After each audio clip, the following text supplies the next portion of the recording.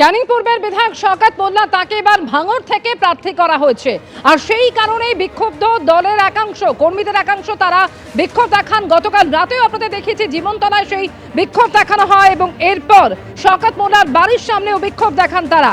শওকতকে ফের ক্যানিং পূর্ব থেকেই প্রার্থী করতে হবে এই দাবি তুলেছে দলীয় কর্মীদের একাংশ। তৃণমূল প্রার্থী বাহারুল ইসলামকে বহিরাগত বলে বিক্ষোভ শুরু হয়েছে।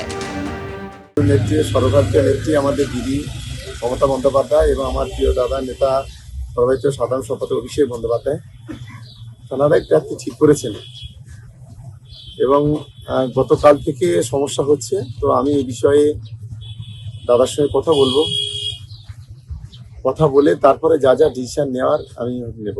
এই যে সমস্ত মানুষজন আন্দোলন করছে তাদেরকে সামলাবেন কি করে এখন এই মুহূর্তে? দেখুন, মানুষই তো আমাদের সবকিছু। নিশ্চিতভাবে দিদির সঙ্গে বা দাদার সঙ্গে কথা বলে তারপরে যা পরবর্তী পদক্ষেপ যা যা নেওয়ার নেব।